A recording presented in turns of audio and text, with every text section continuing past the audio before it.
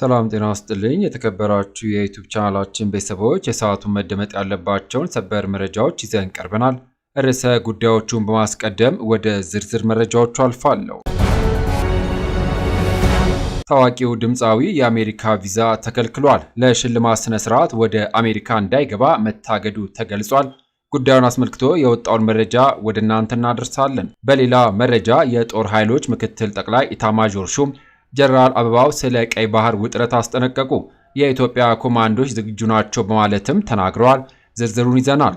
በሌላ መረጃ ህወሓት ግንቦታን አከብራለሁ ሲል መግለጹ፣ እንዲሁም የኤርትራ ወታደሮች የትግራይ መሬት ለቀው ወጥተዋል አላልኩም ሲሉ ሌተናል ጀነራል ታደሰ ወረደ ተናገሩ። ዝርዝሩን በመረጃችን ታደምጣላችሁ።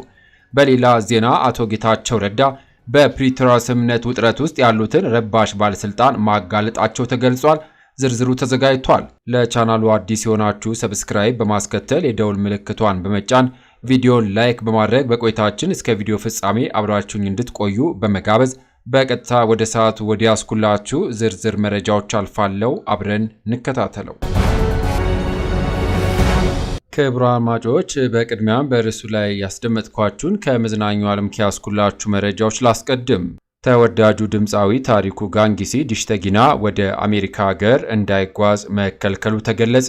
ዲሽተጊና በሚል ተወዳጅ ዘፈኑ የሚታወቀው ታሪኩ ጋንጊሲ ሽልማት ለመቀበል ወደ አሜሪካ ሀገር ለመጓዝ የቪዛ ጥያቄ አቅርቦ መከልከሉ ተገልጿል። በአሜሪካ ሀገር የሚገኘው ኢትዮጵያ ኮሚኒቲ ዲቨሎፕመንት ካውንስል የተባለው መንግስታዊ ያልሆነ ድርጅት የተመሰረተበትን 42ኛ ዓመት ምስረታ በዓል አስመልክቶ ለሰላምና ለፍትህ የቆሙ 3 ግለሰቦችን በደማቅ ስነ ስርዓት የእውቅና ሽልማት ባለፈው ሐሙስ መስጠቱ ተገልጿል።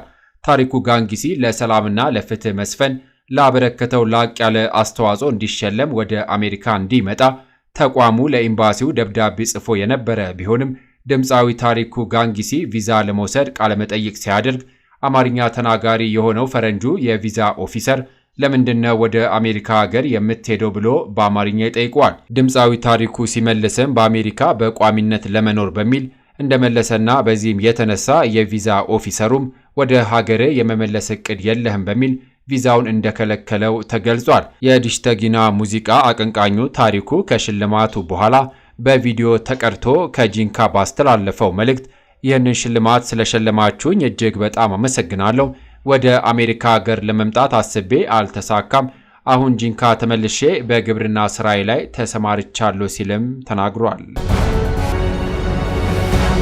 ክቡራን አድማጮች፣ በሌላ ዜና የ9ኛው ሺህ ድራማ ድምቀት የሆነው አቡ ተሞሸረ በቴሌቪዥን ሴትኮም ድራማ በህዝብ ዘንድ ተወዳጅነትን ያተረፈው 9ኛው ሺህ ድራማ ድምቀት የሆነው አርቲስት ሱራፌል ብስራት ወይም ደግሞ አቡ ተሞሽሯል።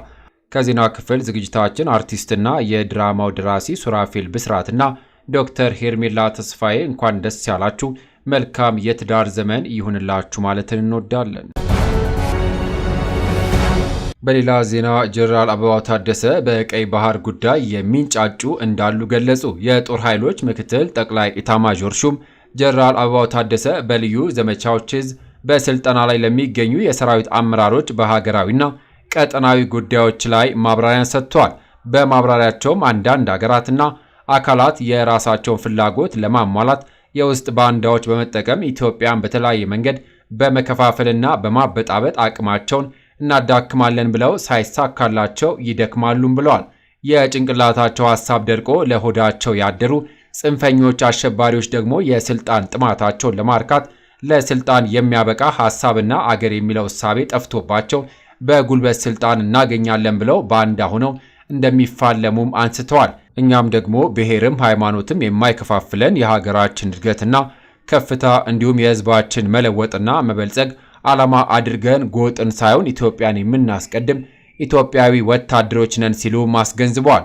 ጀነራል አበባው በአሁኑ ሰዓት ስልጣን የሚያዘው በሐሳብ የበላይነት እንጂ በጉልበት አይደለም፣ እኛ መነሻችንም መድረሻችንም ህገ መንግስቱ ነው ያሉ ሲሆን ይህንን መነሻ በማድረግም ህግና ህገ መንግስታዊ ስርዓቱን ለማስከበር አገራችን የሚመጥን በትጥቅም በሰው ኃይል የተደራጀ ዘመናዊ ሰራዊት ገንብተዋል። እንደ ልዩ ዘመቻዎች እዝም በኢትዮጵያ ታሪክ ታይቶ የማይታወቅ በርካታ ኮማንዶና የአየር ወለድ ስፔሻል ፎርስ መገንባት ተችሏልም ብለዋል።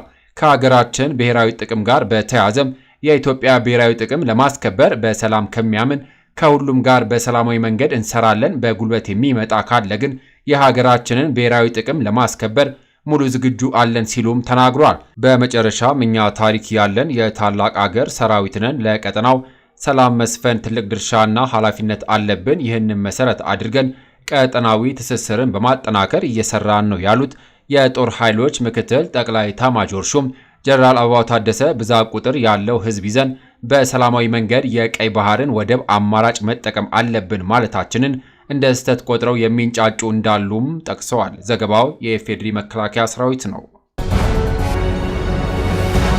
በሌላ ዜና አቶ ጌታቸው ረዳ በፕሪቶሪያ ስምምነት ውጥረት ውስጥ ያሉትን ረባሽ ባለስልጣን ማጋለጣቸው ተገለጸ። በፕሪቶሪያ ስምምነት ወልቃይት ጠገዴ፣ ጠለምትና ራያ አይመለከታችሁም ብሎ አንስቶ የረበሸን አንድ ሰው ነው ሲሉ አቶ ጌታቸው ረዳ ተናግረዋል።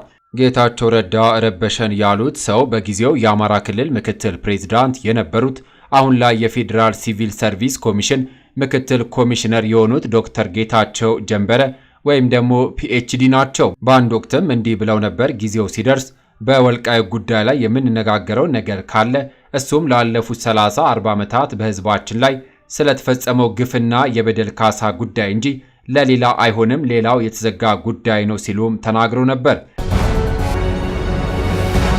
በሌላ መረጃ 41,000 የመንግስት ሰራተኞችን የመኖሪያ ቤት ባለቤት መሆን የሚያስችል ስምምነት ተፈረመ። ንግድ ባንክ 120 ቢሊዮን ብር ብድር ለማቅረብም አቅዷል።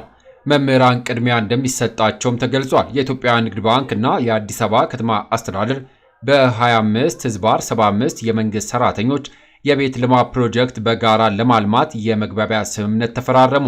የአዲስ አበባ ከተማ አስተዳደር የቤቶች ልማት አስተዳደር ቢሮ ኃላፊ ወይዘሮ ቅድስት ወልደ ጊዮርጊስ እንደገለጹት ስምምነቱ ቤት የሌላቸው የመንግስት ሰራተኞች ችግር ለመቅረፍ የሚያስችል ነው ብሏል። የመንግስት ሰራተኛው 25 በመቶ እንዲቆጥብ የሚጠበቅ ሲሆን 75 በመቶ የባንክ ብድርም ይቀርባልን ብለዋል። የብድሩ ጊዜ ለ20 ዓመታት የሚከፈል መሆኑን ጠቅሰው 41,000 በከተማው የሚገኙ የመንግስት ሰራተኞችን ተጠቃሚ የሚያደርግ መሆኑንም ጠቁሟል። ይሁንና ከፕሮጀክቱ የአዲስ አበባ መምህራን ቅድሚያ ተጠቃሚ እንደሚሆኑም ተገልጿል። የባንኩ ፕሬዝዳንት አቶ አቤሳኖ በበኩላቸው ስምምነቱ የመንግስት ሰራተኞችን የቤት ችግር መቅረፍ የሚያስችል እንደሆነም ገልጿል። ባንኩ 120 ቢሊዮን ብር ብድር እንደሚያቀርብም ጠቁመዋል። የብድር ወለዱ 14 በመቶ መሆኑን ጠቅሰው ለ20 ዓመት የሚቆይ መሆኑንም አክለዋል። በፕሮጀክቱ ለ3 ዓመት የግንባታ ጊዜ፣ 1 ዓመት ደግሞ የብድር መክፈያ የእፎይታ ጊዜ ተሰጥቷልም ብለዋል። ስምምነቱ የመንግስት ሰራተኞች በተመጣጣኝ ዋጋ የቤት ባለቤት የሚያደርግ መሆኑንም ጠቅሰው አስፈላጊ ወለድ የሌለው መሆኑንም ተናግረዋል። በሌላ መረጃ የጅቡቲ ፕሬዝዳንት የተባበሩት አረብ ኤሚሬቶች ቀጠናውን እያተራመሱ ነው ሲሉ ከሰሱ። ፕሬዝዳንቱ የተባበሩት አረብ ኤሚሬቶች በአፍሪካ የምታደርገው ኢንቨስትመንት ወታደራዊ መስፋፋትን በውስጡ የያዘ ነው ብለዋል። ፕሬዝዳንት ኦማር ጊሌ የተባበሩት አረብ ኤሚሬቶች በአፍሪካ የምታደርገው የ110 ቢሊዮን ዶላር ኢንቨስትመንት በኢኮኖሚ ልማት ሽፋን ወታደራዊ መስፋፋትን በውስጡ የያዘ ነው ብለዋል። ፕሬዝዳንቱ ሀገሪቱን አካባቢው እንዳይረጋጋ እያደረገች ነው ብለው ሲከሱ ከቅርብ ጊዜ ወዲህ በወደብና ቴሌኮሙኒኬሽን በመሳሰሉ ቁልፍ መሰረተ ልማቶች ላይ የሚታዩ አጋርነቶች ኢኮኖሚያዊ አንድምታ ሳይሆን ያላቸው የአፍሪካ ሀገራት ሉዓላዊነት ጥያቄ ውስጥ የሚከት ወታደራዊ ዓላማዎችን የያዙ ናቸውም ብለዋል። የጅቡቲ ፕሬዝዳንት በተጨማሪም ከዚህ በፊት የተባበሩት አረብ ኤሚሬቶች በእኛ ወደብ ላይ ወታደራዊ ሰፈር ለመገንባት ጠይቃ ጥያቄውን ስላልተቀበልን ትኩረቷን ወደ ጎረቤት ሀገሮች አድርጋለችም ሲሉ አክለዋል። ፕሬዝዳንቱ በአካባቢው ኢኮኖሚ ከወታደራዊ ትብብር ጋር የቀየጡ አካሄዶች ስጋት ናቸው ያሉ ሲሆን ሁኔታዎች የእኛን ሉዓላዊነት እንዳይሸራርፉ በአትኩሮት እንከታተላለንም ብለዋል። ጅቡቲ በአሁኑ ወቅት እንደ አሜሪካ፣ ቻይና፣ ፈረንሳይና ጃፓን ላሉ ሀገራት ወታደራዊ ሰፈሮችን በባህሯ ላይ መስጠቷም ይታወቃል። በሌላ ዜና ሁሉም የጤና ተቋማት ላይ ሙሉ አገልግሎት እየተሰጠ ነው ሲል ጤና ሚኒስትሩ ገለጸ። ባለፉት ቀናት አልፎ አልፎ በአንዳንድ የሥራ ክፍሎች ላይ የነበሩ የሥራ መስተጓጉሎች አሁን በመላ ሀገሪቱ ሙሉ ለሙሉ ወደ ሥራ መግባቱን የጤና ሚኒስትሩ ገልጿል።